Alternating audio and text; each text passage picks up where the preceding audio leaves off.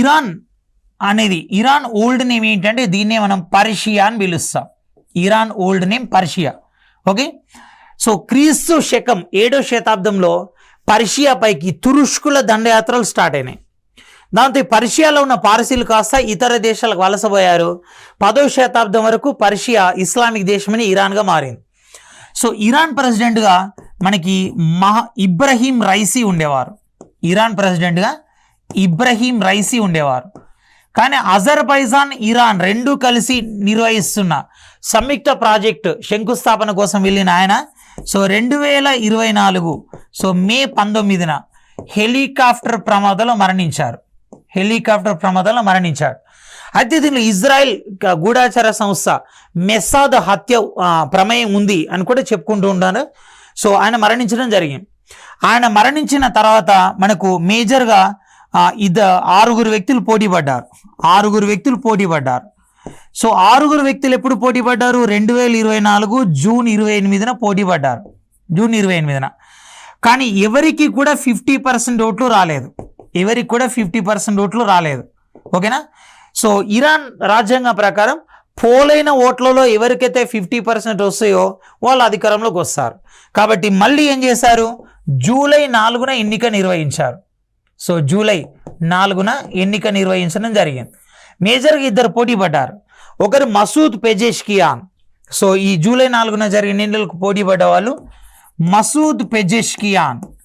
So Masood పెజెష్కియాన్ని ఆయన సంస్కరణవాదిగా కూడా పిలుస్తుంటారు, ఇరాన్లో లిబరలిస్ట్గా పిలుస్తుంటారు.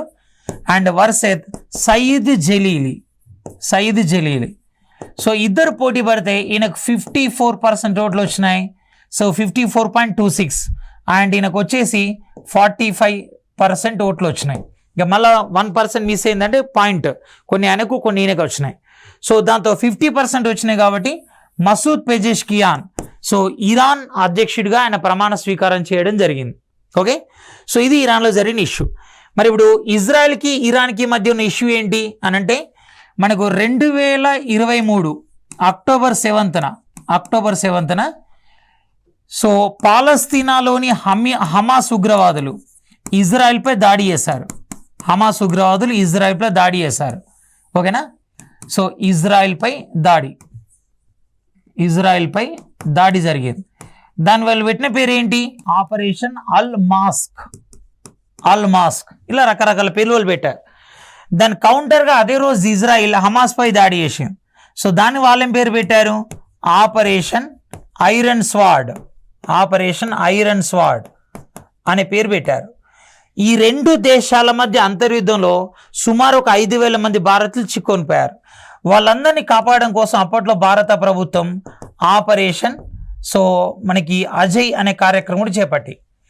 బట్ ఇక్కడ హమాస్ ఉగ్రవాదులకి ఇరాన్ ఆశ్రయం ఇస్తుంది. అండ్ హమాస్ అధినేత ఎవరైతే ఉన్నారో ఓకేనా ఇస్మాయిల్ హనియే, సో ఆయనకి ఇరానే ఆశ్రయం ఇస్తుంది అండ్ ఇరానే ఆయుధాలు సప్లై చేస్తుంది ఆరోపణ. రీసెంట్గా ఇస్మాయిల్ హనియేని కూడా ఇరాన్లో మెసాద్ సో వాళ్ళు చంపేశారు.